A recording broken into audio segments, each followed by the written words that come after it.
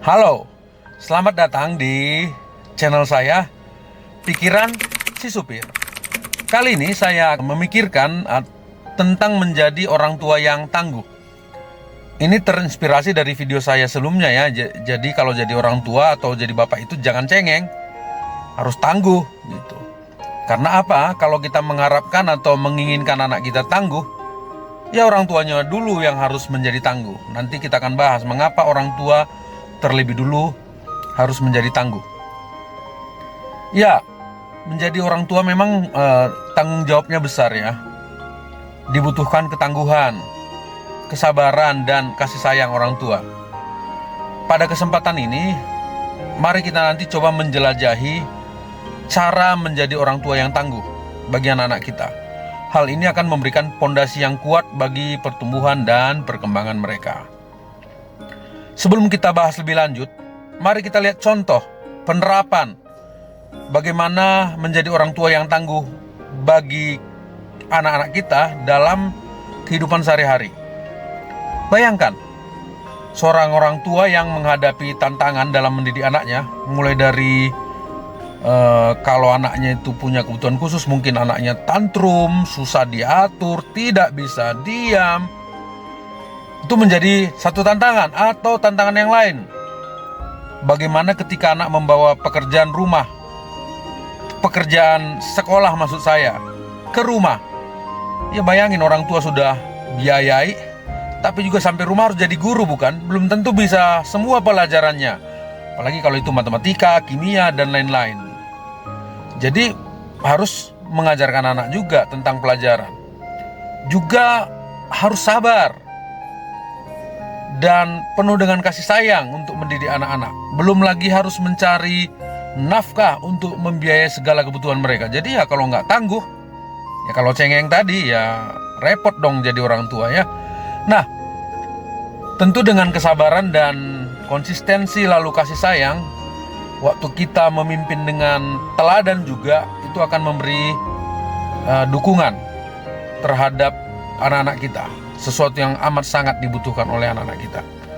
Nah, kita langsung masuk bagaimana sih caranya menjadi orang tua tangguh. Ada 7 hal yang bisa saya pikirkan kali ini. Yang pertama, menyediakan keamanan dan kestabilan.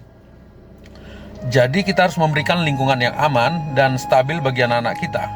Hal ini menjadi kunci utama menjadi orang tua yang tangguh. Kita harus memastikan bahwa anak, ingat ya, kita harus memastikan bahwa anak diperhatikan, didukung, dan dilindungi di rumah. Lalu yang kedua, orang tua harus menjadi teladan yang baik.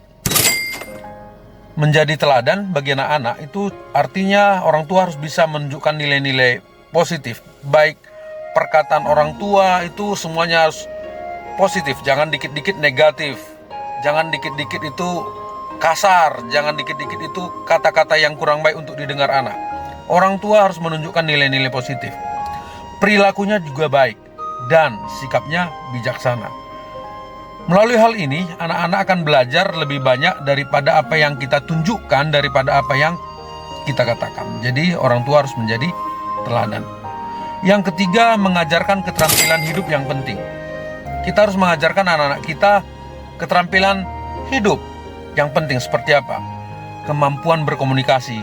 Anak kita harus ajarkan punya attitude, sopan santun. Kalau ketemu orang yang lebih tua misalkan, menghormati mereka. Anak-anak harus menyapa mereka dengan sebutan kakak, abang, koko, cici, dan sebagaimana dan selainnya ya. Lalu pemecahan masalah. Nah ini penting nih. Saya punya satu cerita nih. Beberapa waktu lalu mobil kami hampir kehabisan bensin di tol. Jadi tinggal satu garis. Anak saya itu merasa was-was gitu ya, panik karena mereka takut tidak akan sampai di rumah. Apalagi mungkin mereka takut kalau harus sampai dorong mobil ya. Lalu saya bilang enggak, percayalah, ini nanti sampai pom bensin semua akan pom bensin nggak akan jauh lagi. Sampai pom bensin mobilnya kita isi dan kita akan sampai rumah, nggak perlu dorong mobil.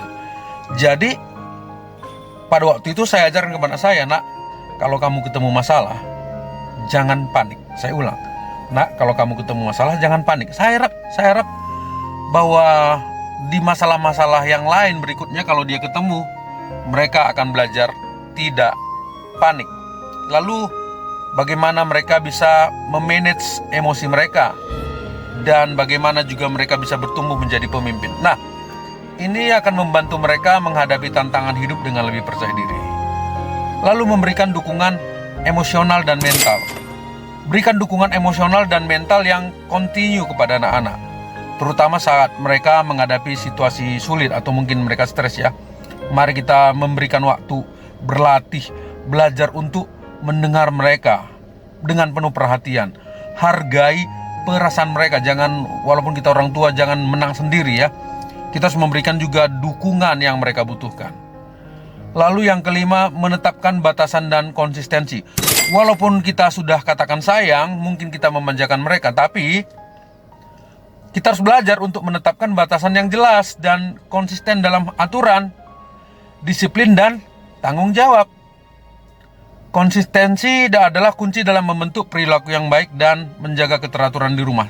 Saya sebagai orang tua belajar nih, mengajarkan disiplin kepada saya dalam hal melipat selimut atau merapikan tempat tidur sebelum pulang.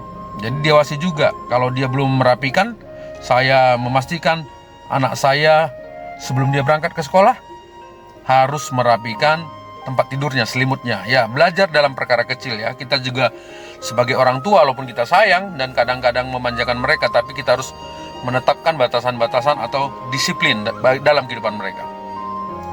Yang keenam yaitu berinvestasi dalam hubungan yang positif.